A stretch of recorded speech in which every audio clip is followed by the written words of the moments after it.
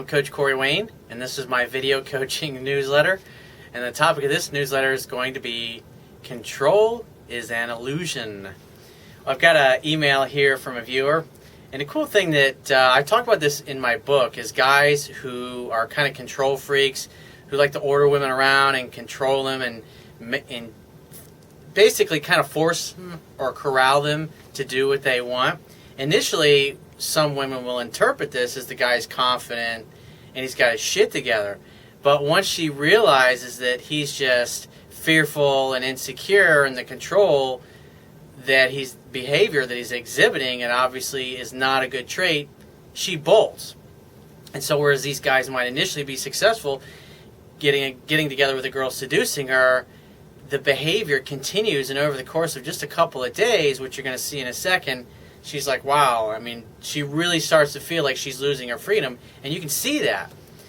And so the quote I want to share, obviously, is by F. Scott Fitzgerald, and it says, vitality shows not only in our ability to persist, but in our ability to start over. And that's pretty much where this guy has to be, is that when you fuck up, you gotta get to the point where your mistakes, like, you expect to fail. I mean, think about Major League Baseball players.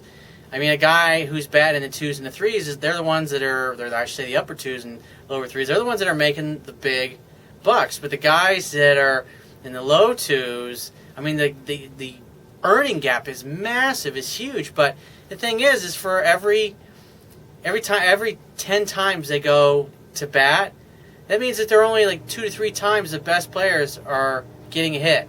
That means 70% of the time they're striking out or they're failing to get on base. I mean, think about that for a second. But you don't see them giving up going, I'm never going to make it in the major leagues. That's just failure is a part of life. And so the quicker you can get to the point where you don't let failure bother you and you don't get hung up on any particular goal. Because at the end of the day, if she was really the right, perfect girl for you to have a great relationship with, it would have been a lot easier and she wouldn't have bolted so quickly.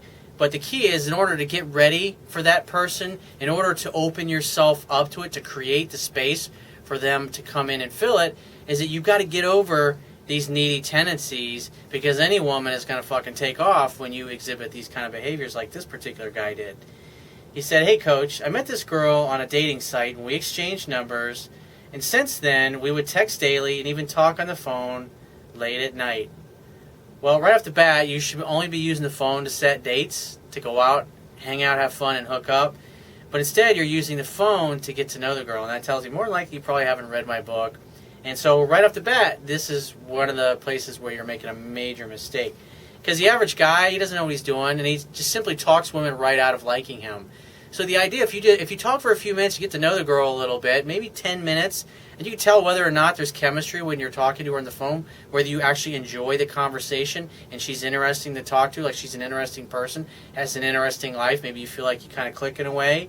If you feel that kind of connection, you say, hey, well, when are you free to get together for a drink? Let her tell you, and then say, great, how about we meet at such and such place at such and such day and time, and make a definite date with the girl and say, hey, I got to run. It was really nice chatting with you, and I look forward to meeting with you on Tuesday night or Wednesday night, whenever it happens to be, so I'll see you then. If you get there first, get us a table. If I get there first, I'll get us a table, and that's all you got to do. But the longer you talk on the phone, the higher the likelihood is that you're going to say something that's going to turn her off. The average guy kind of goes into this mode of like, I've got to prove myself to her. I've got to win her over. And, you know, guys that think like that, they've just seen too many fucking movies and TV shows where the guy who doesn't understand women is a dude who happens to be the scriptwriter of that TV show. And so he's got his fantasy of the way he'd like the world to be. And so he writes this comedy or this drama. And when you see this kind of meme over and over and over again, this dysfunctional, upside-down way that the world actually works, you can't help but have it affect you. So he says, after the first week of talking, I asked her out on a date. So he talked to her for a week. Way too long. We went somewhere to have brunch and then went back to my place. I made the first move and we had sex. Towards the end, she felt bad because she had slept with a guy a week before me and mentioned that they talked for 3 months, and then he ignored her after the first time they had sex. Well, what does that tell you about her expectations? Oh, I'm expecting to get blown off her dump and you're just going to use me for sex. That's basically what she's saying. And when a woman says something like that, you say, nonsense. I don't care about, if that guy did that, then you know what? It's his loss. The good news is you're here with me and we're having a great time. Bring those beautiful lips over here and kiss me. And just have fun. And you just change the subject. And you, as the leader of the interaction, you want to lead the interaction to where you want it to go. And so if a woman starts talking about drama or something like that, go down a positive road. Go down a road, because love is playful and fun. And if you're the king of your kingdom and you want to just have a good time when you're with chicks, if you decide, like I have, that your life is a drama-free zone, then you just, when a girl wants to go down that road, you're simply going to focus on the theme, or I should say the energy or the vibe that it is that you want to bring forth in the relationship. Because once you submit and you go along with what she wants, it's just a bad way to go. The idea is girls want you to be more of a man than they are. But if you give them the power, if you give them an inch, they're going to take a mile. Even though they can get away with it, they ain't going to like it because they don't want the power. They want to just show up, have fun, look hot, and have you handle all the details so they can get seduced. Provided you know what the hell you're doing, obviously. So he says, I explained that was my intention. She calmed down and we cuddled in bed until it was time for me to go to work. A couple of days later, I asked her out again, and she said her schedule was busy this week and would be free the weekend instead of saying that'll work. And then here's where he goes wrong, Mr. Control Freak. Control is an illusion, dude.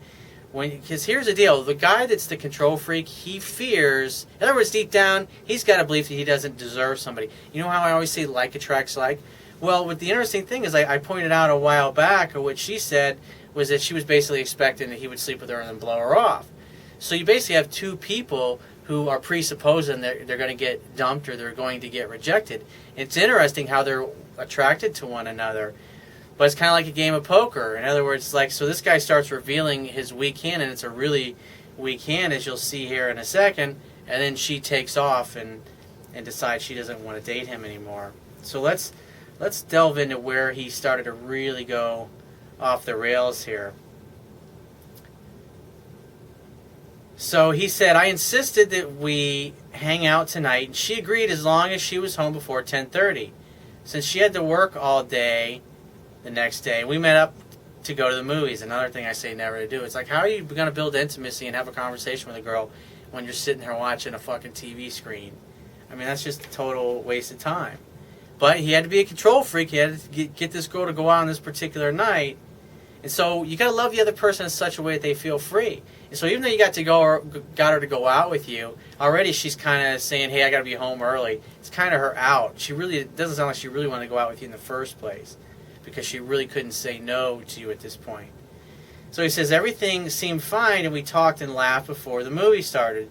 Throughout the movie, I noticed she was tired, bored, and I kept asking if she was okay. Another bad way to go. It's like, because you're acting like her manservant, like her gay male girlfriend, like you're her therapist there to wait on her hand and foot instead of her equal. You should be hanging out, having fun, and hooking up together. See, when you try to control things, it's like this is what you get. You get a girl who's not really excited to be out with you. And really, more likely, it's probably what's going through her mind is, how can I get the fuck out of here? So he says, after he kept asking if she was okay, then I began to feel bad because I knew I made the mistake of bringing her to the movies instead of a place to have a quick dinner. You think? He says, it's 11-ish, and I walk her out to her car, give her a hug.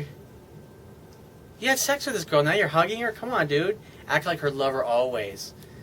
So it's like, in your mind, it's like your fear of things not working out is causing you to stop acting like a natural dude who usually gets what he wants. And now you are giving her the friendship vibe. You go to the movies, then you give her a hug. He says, the next day we text and asked how she was. Then she wondered if I had anything on my mind, and I told her no. And then she replied, I wasn't terribly happy with last night, and unless something changes, I don't think I'm interested. Shortly, I called and we talked, and after the conversation, I decided to give her a little space. I didn't text or call her for 5 days. I had a flight and decided to stop by her job before I flew. That's kind of creepish, dude. You don't just show up at her place of business. Because it's like, now, again, this is like approval-seeking behavior. You're trying to prove yourself to her by stopping by work. I know you've probably seen it in a lot of movies. They show that crap in the movies all the time. That's just bullshit. It doesn't work, man. I'm sorry to tell you. Stop watching so much fucking TV. He says, we talked briefly, and he gave her a candy bar, which she really likes. Now you're trying to bribe her with candy. Not a good way to go, dude. He says, later, she texted me, thanks. The next day, I'm bored in my hotel, and I text her, and the conversation was fine. She mentioned she wasn't feeling too well, and I asked why, and she said, allergies. Then I responded back with, oh, I forgot you had allergies. Then she texts back and says that I've been thinking, and I really don't see myself being with you. Nothing has changed. I called and we talked, and I asked what was wrong, and she mentioned I had no respect for her, and she didn't work too well with overly concerned guys. In other words, I don't do too well with needy control freaks who are trying to control my every move and force me to do things that I'm not ready for. Instead of inviting me to join, you're like ordering her. There's a big fucking subtle difference. Hey, I'm going to be downtown. Would you care to meet me out for a drink? Something simple like that. He said, and she says, oh, she also says that you should have done better at planning things out, etc. And since then, I have not talked to her. I really like this girl and feel that she hasn't really got to know me on 2 dates.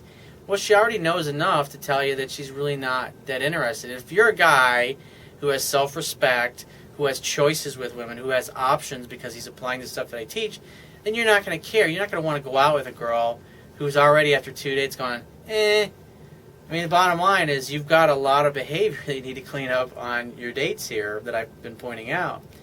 He says, I'm far from being overly concerned. I just knew I made a bad decision that night and it blacklisted me. He says, if you were my situation, Coach Corey, how would you deal with the situation? Well, how I would deal with the situation, I would walk away and chalk it up to a learning experience. If you ever hear from her again, say, hey, great to hear from you. Why don't we get together when you're free to meet up for a drink?